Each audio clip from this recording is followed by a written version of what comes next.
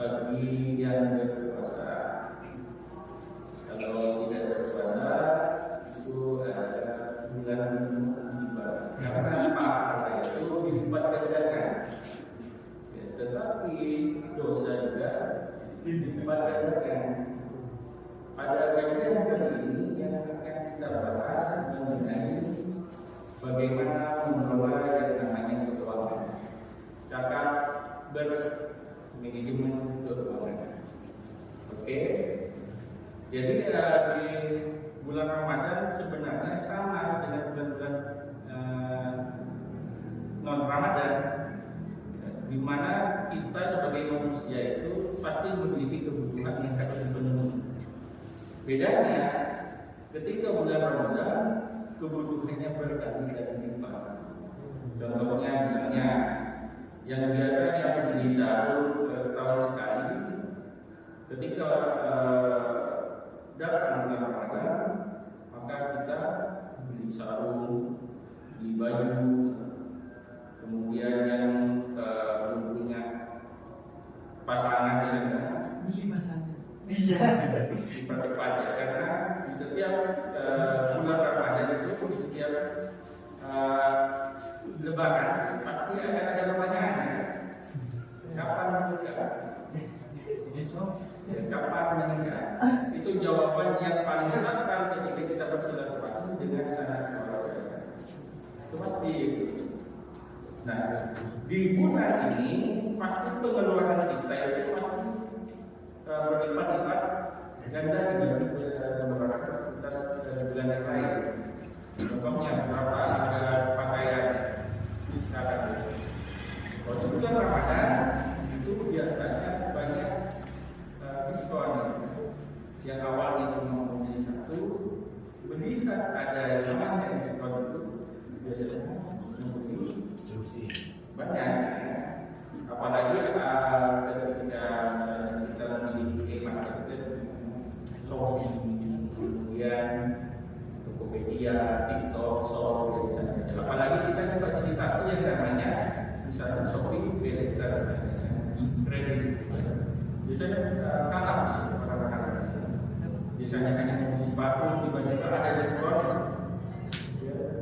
di baju misalnya, kemudian di jam tangan, di HP, semuanya serba baru. Apalagi mahasiswa nanti ya, ketika selesai Lebaran, dia masuk ke kampus, semuanya serba baru. Ada yang pakai baju baru, kemudian ada yang pakai celana baru, sepatu baru, tas baru, dan apapun yang baru, ya. Pasangan baru, misalnya. Itu adalah sebenarnya kita harus cakap-cakap mengelola keuangan. Dia kalau kata orang Jerman Timur itu biar tidak rungkat ya. Rungkat itu habis ya. Biasanya di bulan Ramadan itu ada yang namanya tunjangan hari raya. Tunjangan hari raya. Tetapi setelah Ramadan selesai, tunjangan hari raya itu bisa rungkat habis. Ada yang dibuat baju, ada yang dibuat untuk kebutuhan yang lain, ada yang dibuat di buat jajan, kemudian ada untuk dikasih ke anak-anak kecil misalnya kan,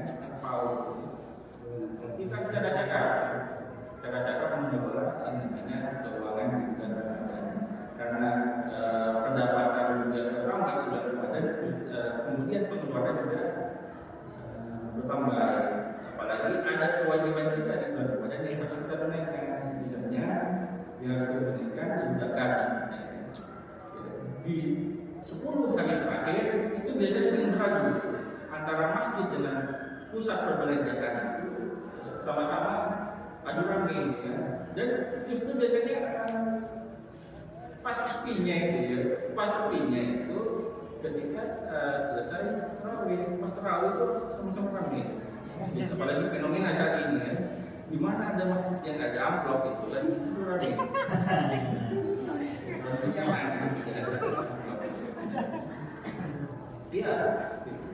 Di beberapa saya keliling-keliling gitu ada yang untuk jalan karena ada isi A memberikan amplop, ada si B memberikan amplop.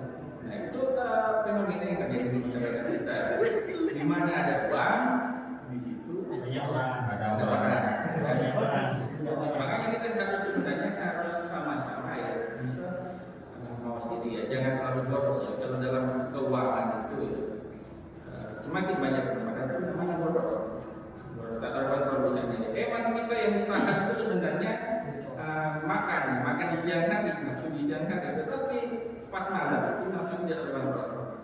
Misalnya ada tukang bakso di Padang beli ya, ngopi sama teman beli gitu kan. Itu yang tata kontrol sebenarnya ya. Kita hanya menahan nafsu di siang hari, kalau di malam hari justru berbaliknya, sebalas benda. Makanya keadaan itu puasa yang benar ketika berat badan kita itu menurun ya, ketika Ramadan, bukan sebaliknya ya.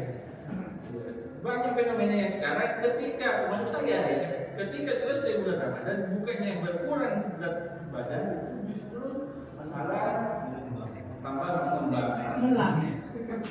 Itu entah di mana yang salah. Jadi sebagiannya kita bulan Ramadan ya introspeksi diri ya.